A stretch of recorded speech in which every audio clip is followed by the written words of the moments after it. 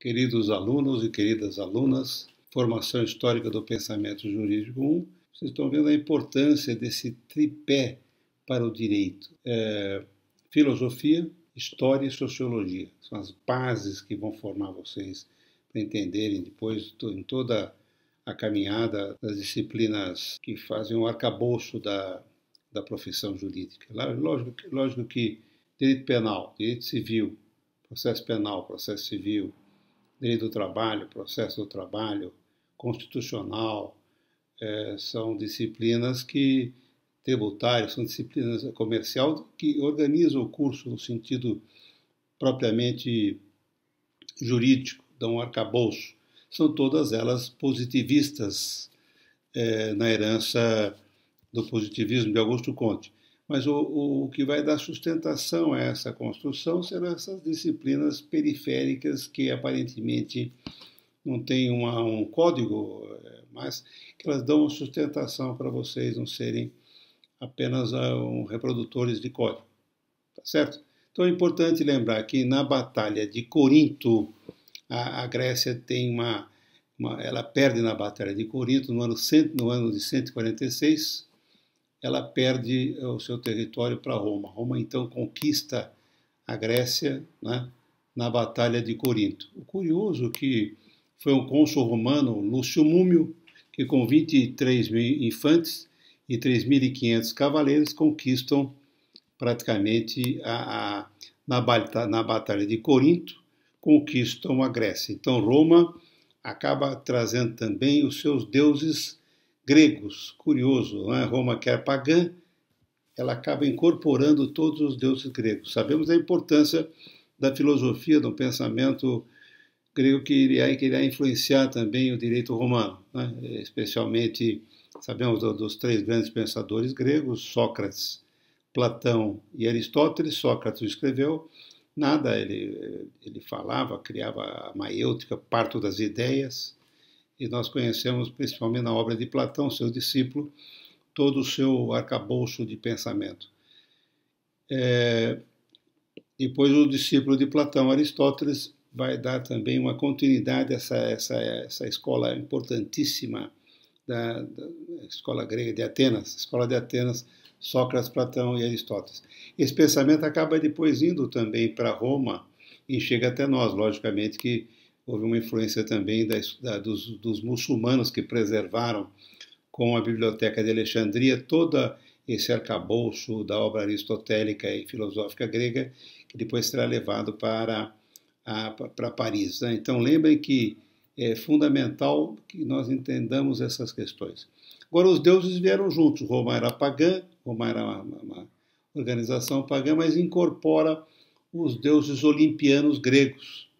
E esses deuses vêm sendo traduzidos para o pensamento propriamente de Roma. Tanto é que Zeus, na Grécia, passa a ser Júpiter em Roma. Tanto é que, visitando uma igreja católica lá em Roma, no pátio, que era uma igreja católica, mas antigo cemitério pagão, escrito lá no túmulo, agradeço a Zeus, aliás a Júpiter, o romano escrevendo, agradeço a Júpiter, Zeus grego, Júpiter em Roma, a mulher honesta que tive, mostrando a necessidade da transcendência. Nós, seres humanos, somos também, o Aristóteles diz que somos uns zoon políticos, somos um animal político, mas somos um animal religioso. A religião faz parte incorporamos uma sensação do transcendente que está dentro de cada um de nós. Embora muitas vezes as pessoas neguem, mas dentro de si há sempre um momento da visão da transcendência. Então, Júpiter, em Roma, incorpora Zeus, tá certo? Marte, deus da guerra romano, que vai fundar Roma. Roma é fundada pelos filhos do deus Marte da guerra, com Rea Silvia, né? Rômulo e Remo são gêmeos filhos da Rea Silvia com o deus Marte. Depois ela é abandonada pelos pais, e uma loba cuida do Rômulo e Remo, chamada Luperca, a loba, né? Ela vai amamentar Rômulo e Remo, eles crescerão, um mata o outro, Rômulo mata Remo.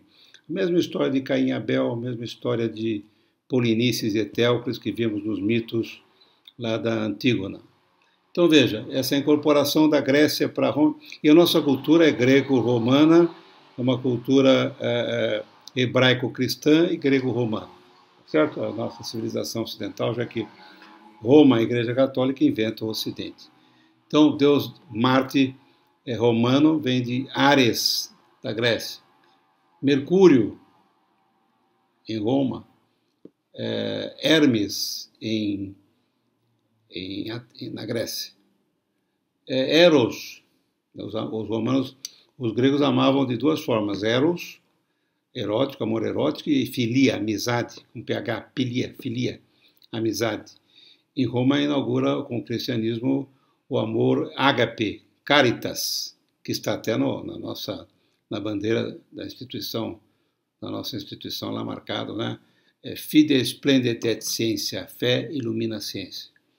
Então, Cupido, Eros, Vênus, vem de Afrodite, a deusa grega do amor, Afrodite.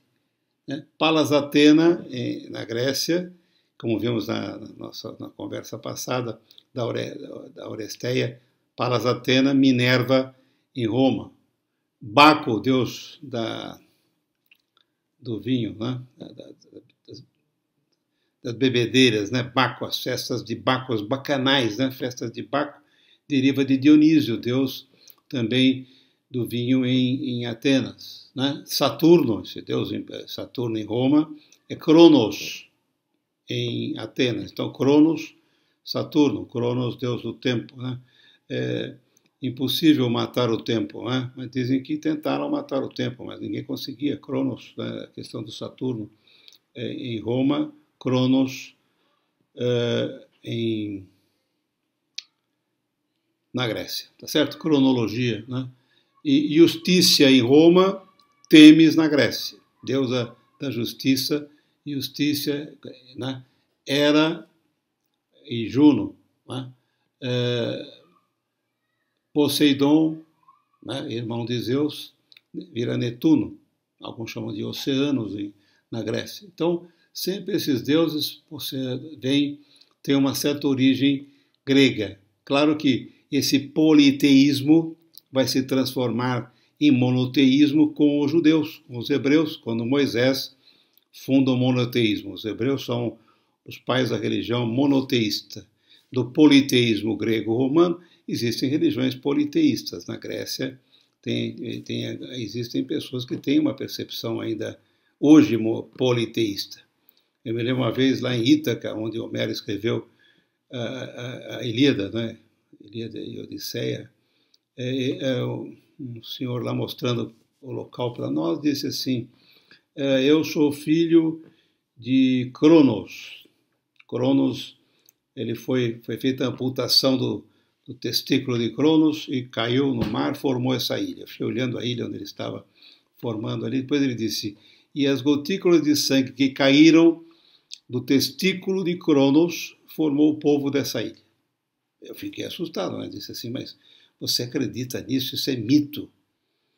Ele disse: pois é, a sua religião para mim também é mítica. Eu não acredito na sua religião. A minha religião, né? Quer dizer, eu notei que havia uma visão diversa de conhecimento, e aí é a riqueza do aprendizado. Sempre que nós entramos em contato com outras culturas, aprendemos, incorporamos essas culturas também, de forma que há sempre uma percepção um pouco mais aberta quando nós entramos em contato com outras culturas. É fundamental, já que o nosso objeto é cultural, que o direito perceba a riqueza da visão da própria religião na incorporação. Então é evidente que Roma é um museu a céu aberto, né? Poseidon, lá dos gregos, e acaba sendo incorporado do deus Oceanos, né? Então, toda essa questão de Netuno, né? Oceanos, Netuno, toda essa percepção das religiões. Agora, perceba uma coisa, entre depois no site de Bolonha para vocês verem a importância. Bolonha é a primeira faculdade, universidade criada em 1088, ainda em atividade, né? é na cidade de Bolonha. Bolonha tem 35 quilômetros de calçadas cobertas. Então, é uma cidade que tem 200 mil estudantes universitários. 10% são estudantes de direito. 20 mil alunos estudam direito, quase o tamanho da nossa universidade. Então, 20 mil alunos estudam direito lá em Bolonha. Então, tem o maior número de calçadas cobertas do mundo. São 35 quilômetros de calçadas cobertas, Bolonha. Então, lembrar, né, dessa influência.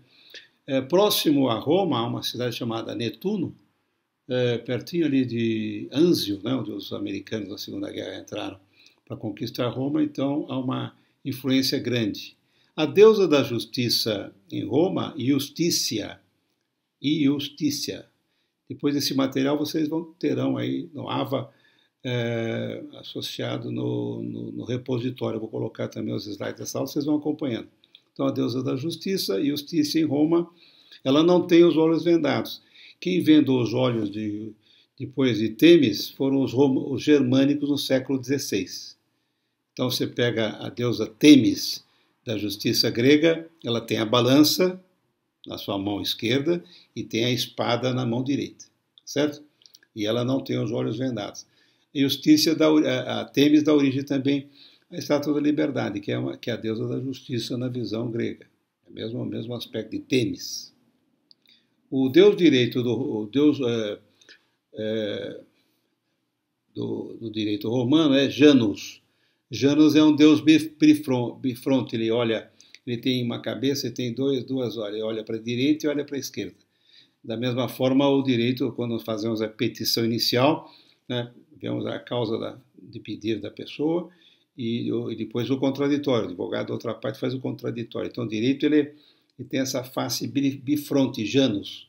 Janus dá origem à palavra janeiro, porque janeiro olha para fevereiro, né, e olha também para dezembro. Então, essa visão dos dois, sempre o jurista tem essa percepção da visão bifronte, de Janus.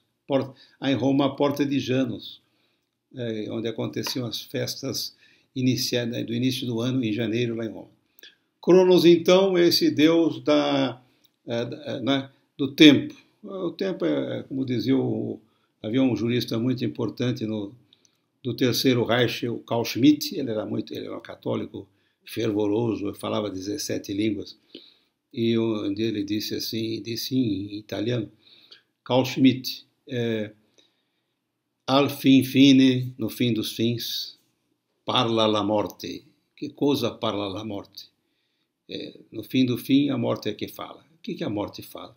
La morte parla, basta, ao momento que encerra. Então, Cronos, essa ideia de que Cronos devorava seus filhos com medo que eles crescessem e o matassem. Mas a sua mulher, ela dá uma pedra para Reia, a mulher de Cronos, dá uma pedra, ele come pensando que é o filho e não é. Depois será morto, Zeus vai matar o seu pai através a mãe dá um antiemético, ele vomita os filhos que ele havia devorado. É interessante essa visão mítica, né? Ele conseguir vomitar os filhos e ele acaba sendo morto pelo próprio filho. Então, o tempo, como se fosse possível matar o tempo. Mas a riqueza do pensamento mítico grego, claro que precede todo esse pensamento filosófico, já que o primeiro advogado é Protágoras, é um pensador sofista grego. Tá certo? O sofista vai falar sobre a questão que ele diz, que, na verdade, então, Protágoras seria o primeiro advogado. Então, Deus Janus, Deus do direito, que dá origem à palavra janeiro. Em Roma, no túmulo do Papa Alexandre VII, ele mandou colocar uma estátua de uma caveira. Depois vejam, há uma imagem que eu mandei para vocês nos slides, e vocês virão uma estátua com uma caveira de ouro, né, segurando a ampulheta do tempo. Ele brincava que no máximo que você pudesse virar depois de morto seria uma caveira dourada. E segurando o tempo, em cima está o túmulo do Papa Alexandre VII, mostrando que com o tempo tudo se reduz a pó, a morte, né? A visão do Papa Alexandre VII. Né? Eros e Cupido, também deus do amor. Ártemis e Diana, deusa da fertilidade. Né? Artemis e Diana, Artemis na Grécia, Diana em Roma, deusa da fertilidade com múltiplas mamas. Né? Mama não é seio, pessoal, seio que fica entre duas mamas, mama, né? Então, onde a deusa da fertilidade. Dionísio na Grécia, Baco em Roma, daí as festas, as bacanais, as festas de Baco, né? As carnavalhas, festas da carne, as saturnálias, festas de Saturno. Então, Roma vai ser o primeiro local a fazer a pavimentação. Vocês veem aí uma pavimentação romana. Roma fará primeiramente a pavimentação das estradas e claro que esse aprendizado vem também da visão um pouco da sua extensão territorial, de domínio de todos o seu império, né? Só que os romanos não sabiam fazer curvas, eles faziam estradas retas. Quando chegavam no local que tinha um rio ou uma montanha, ou virava para a direita ou para a esquerda, não sabiam fazer os túneis. Mas você vai hoje à Itália, o que tem de túneis e de pontes é uma coisa impressionante, né? Então, a Via Ápia ainda hoje existe lá em Roma, 8 quilômetros do que sobrou da Via Ápia.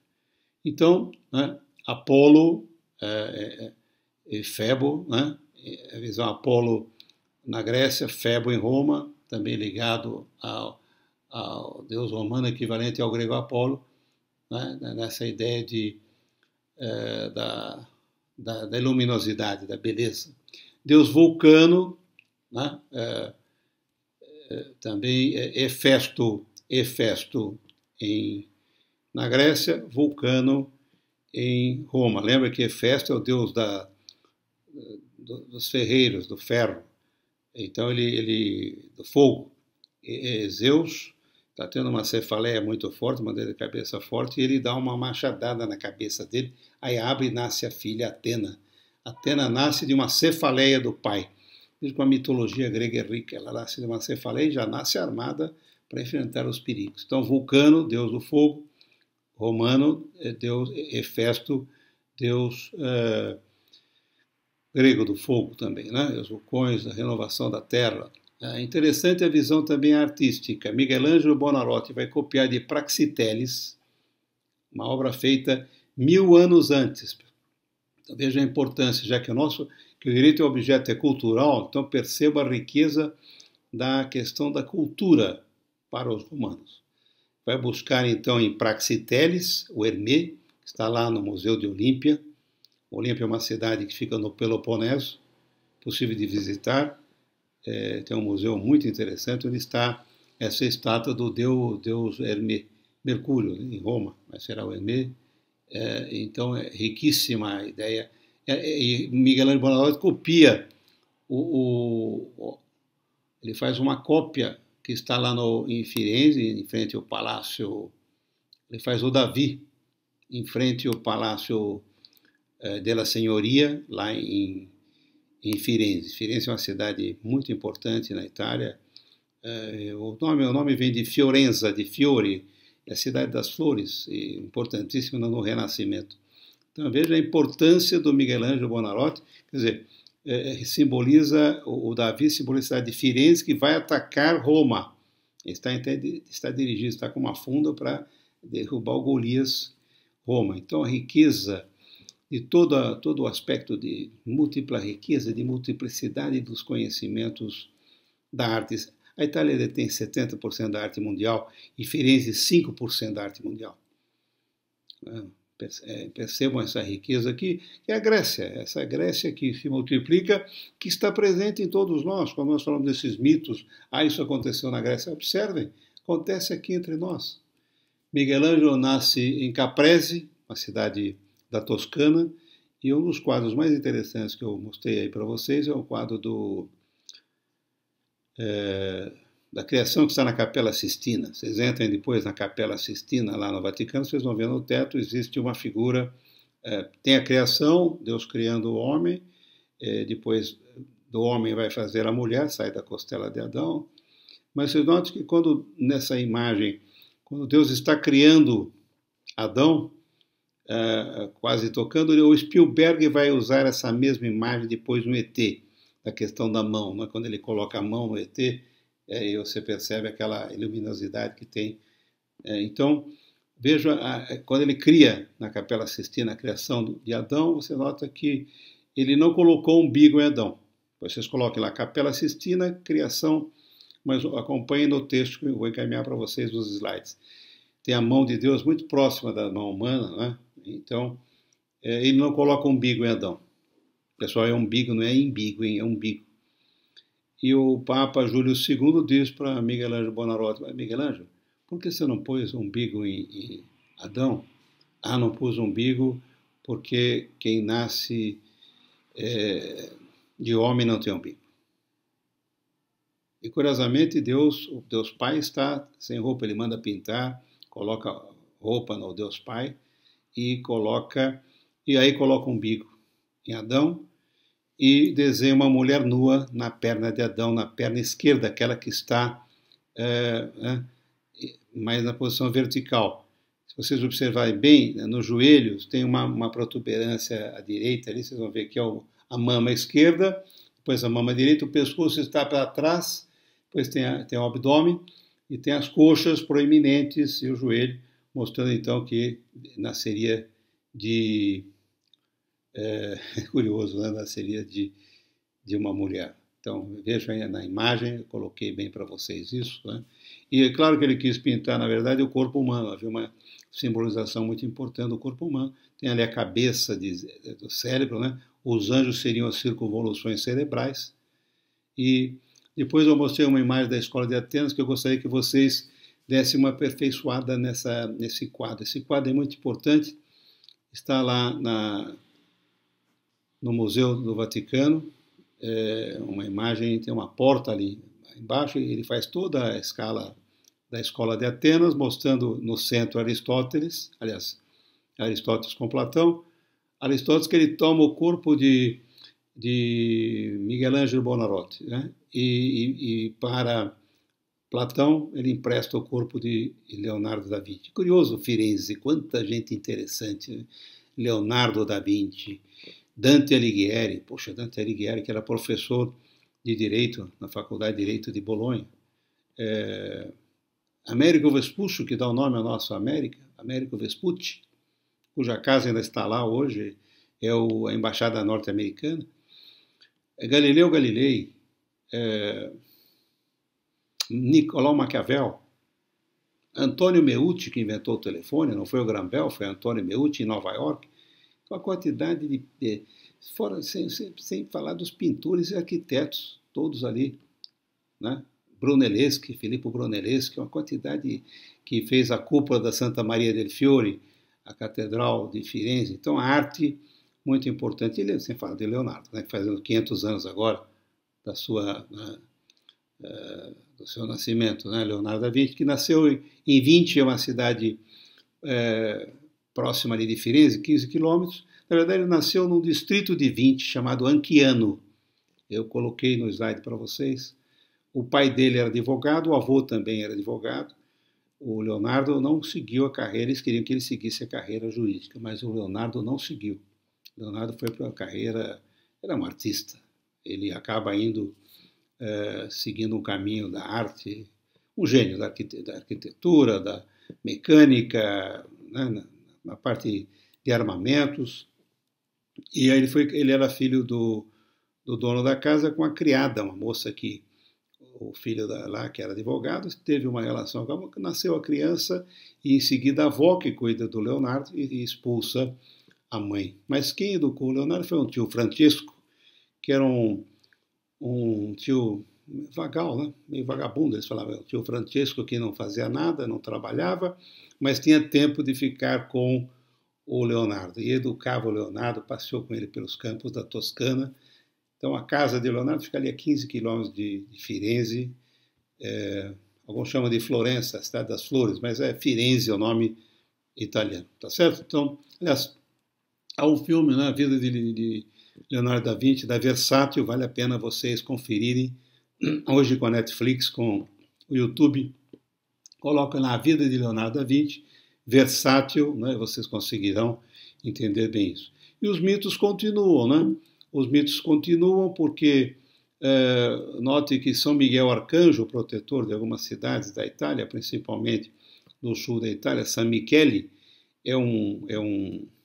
São Miguel Arcanjo, ele na hierarquia romana, né, anjo-arcanjo, arcanjo está acima. São Miguel Arcanjo simboliza um soldado romano com a espada que mata o demônio. Tá certo? Foi uma cidade no sul da Itália chamada Sala Concilina, onde nasceu minha avó materna, e eu estava lá no dia, por coincidência, cheguei no dia da festa, 27 de setembro, é a festa de São Miguel Arcanjo, e estava lá um italiano fantasiado com a roupa de São Miguel Arcanjo e com a espada para matar o demônio na porta da igreja, estava escrito na porta da igreja. Aqui na porta dessa igreja, São Miguel Arcanjo pessoalmente matou o demônio. E aí o pessoal simboliza lá, mata o demônio, e aí eles distribuem vinho e macarrão para todo mundo que está ali na praça. Achei interessante uma visão do anjo, né, que vem mensageiro entre Deus e os homens, né, questão belíssima, uma percepção muito rica. Aí eu brinquei lá com o italiano e disse assim, essa festa vocês fazem desde muito tempo atrás, essa festa é feita, mais de 1000 anos. E o demônio volta, brinquei com ele, o demônio volta, falou, o senhor não entendeu a história, porque o demônio simboliza o mal que sempre volta, né? A ignorância humana, a maledicência, o querer mal ao outro, a não bequerença. Então ele diz assim, o demônio tem que ser morto todo ogni giorno, todos os dias temos que matar essa ignorância, a maledicência, a incompreensão humana, falta de afeto, não é verdade? Interessantíssima essa percepção. Aí eu percebi que todo o sul da Itália é grego. De Roma para baixo, a Magna Grécia tem uma infiltração fortíssima né, da inspiração grega. Certo? Então veja aí a questão da importância. Em Roma, aliás, na Grécia, os homens estão nus, as imagens, vocês vão verificar as diferenças nas esculturas, as mulheres estão vestidas e os homens estão nus. Em Roma haverá o inverso. Os homens passam a ser vestidos e as mulheres ficam nuas. Hoje no Brasil está todo mundo nu, né? Brincadeira com o corpo. Claro que o corpo é o primeiro significante, é a partir do corpo também que nós entendemos toda essa cultura que pertencemos, cultura greco-romana, hebraico-cristã, mas veja, na Batalha de Corinto, aliás, uma carta de São Paulo aos Coríntios, então nessa Batalha de Corinto, que fica ali no Peloponeso, Corinto, no alto do Peloponeso, houve então essa revolta e a conquista de Roma, então conquista a Grécia. E eu farei algumas questões para vocês responder nessa terceira semana já e com esse segundo vídeo que eu estou apresentando para vocês, tá bem? Um abraço para vocês, se cuidem, cuidem dos avós, dos mais velhos e também se alimentem bem, sol, vitamina D e bola para frente. Vamos enfrentar, é uma perda enorme, né, de pessoas, um momento constrange, um momento complicado, não dá para controlar pandemias, mas vamos juntos aí fazer o melhor, pedir para que Deus acabe logo com essa pandemia, fazer orações aí e mostrar a humildade nossa também para que o Criador cuide da gente. Tá bom, pessoal? Um abraço, felicidade para vocês.